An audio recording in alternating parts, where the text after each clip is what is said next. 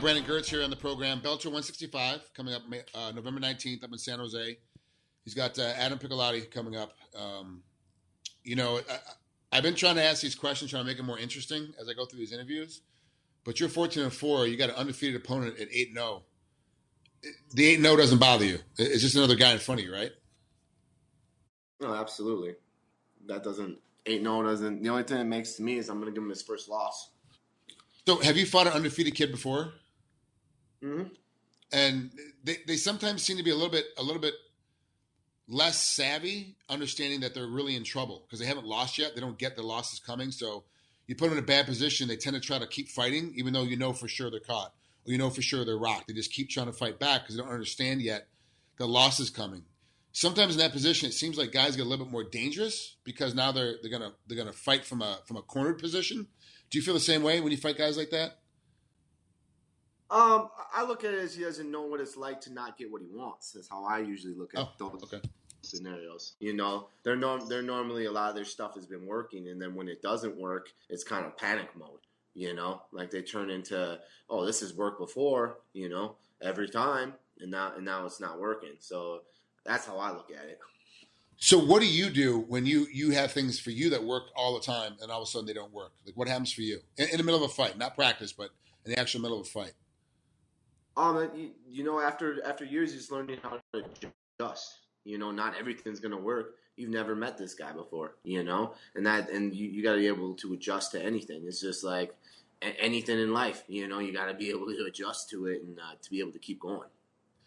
So, do you find it hard to get training partners that can maintain that kind of mentality during practice as well, where you're going to hit them with something new, it's going to keep working on them, and they just don't adjust throughout the practice? Oh yeah.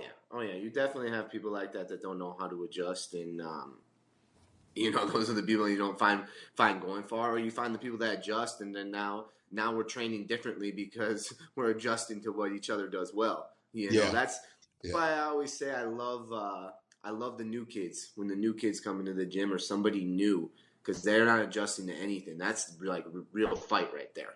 You know, he doesn't know what to stay away from. He doesn't know how hard you hit. He doesn't know that takedown. That's why I've always loved, like, that new kid comes in, I'm like, I get around with him, you know, just because it's so new. It's as close to a fight as you can get because they're not adjusted.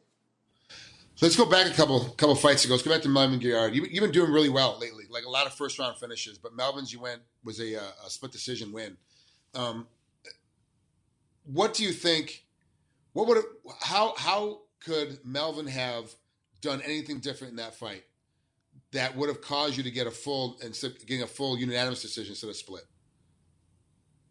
Well, I mean, the split was crazy for one because it's 2 rounds. It was 2 rounds of domination, but that's judges for you right there. That just tells you again, judging. You know, like I was trying to remember as I was asking the question because it seemed like to me that you kind of beat him up.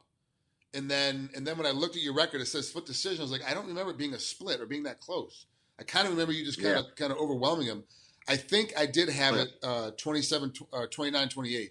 So 1 round for him and 2 rounds for you, I think is how I had it. But I was at home. I wasn't at ringside. So it's totally a different. Yeah. And I could have seen how somebody could have given him the 3rd round just because he had a minute of offense. You know, good offense, and he definitely probably hurt me maybe more in that 3rd round than I got him in the 3rd round. So I could see somebody giving him the 3rd round, but rounds 1 and 2, I think he had 2 strikes in rounds 1 and 2 combined.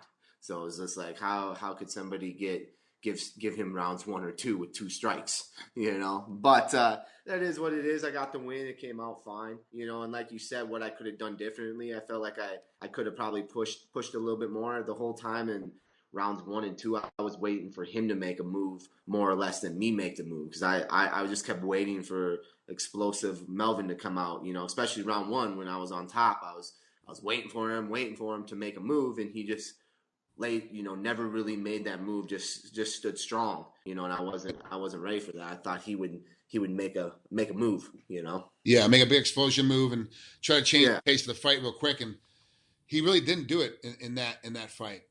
Not sure if there's something else going on with him. I haven't talked to Melvin, so I'm not sure if he was hurt or if he's injured or if there's some other family thing going on or just physically felt like crap. But he just did not. He definitely didn't fight the way that we're used to. or I punched him in the face right away and then slammed him on his head. And, That was my disheartening. and that's my next That's thing what is else. like I think he might have been dinged up a little bit more from getting dropped, from getting I think the takedown did more damage than the punch did because it was both of your Yeah. body weights coming on top of him. So I think that he didn't recover really for a while in that position. So are you better? Do you have a better sense now when guys are like, I'm expecting this now, but he's not doing it, so I just got to move on with my game plan?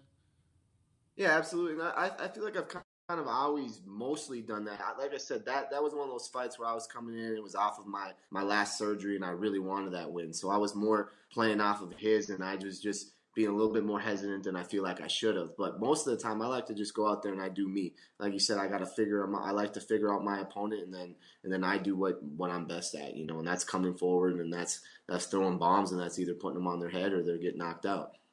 Did you tweak anything at all for this training camp? Did you come in and try to not fix something, but for this training camp, I'm going to go ahead and do more cardio. This training camp, I'm going to do more jits or anything like that?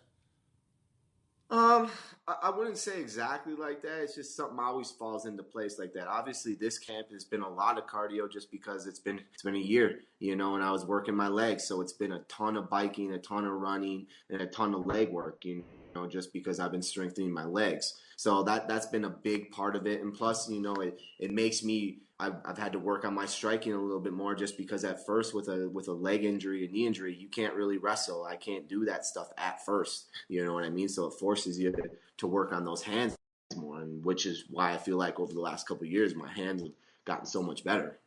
Yeah, they really have. And if you look at your record, 2 KOs, 8 submissions, 4 decisions, but you go back and look at your fights, those 2 KOs, your last fight was a TKO, and the fight before Melvin was a TKO. Now, of course, we're going back a little bit because of your knee injury, but your last 3 fights is where you got your last two TKOs, and it's really shown. Your hand game has shown. Your confidence is actually even grown more than your actual skill level in your hands. That you have a lot more confidence now in throwing them and knowing that it's going to land, it's going to do some damage, and it's going to open up a takedown for you. Do you feel that when you're in there in practice? You feel that in the fight that, hey, my punches are going to land. I am going to be able to get it. If it doesn't knock him out or knock him down, at least it's going to set me up for my next stage, which is a takedown.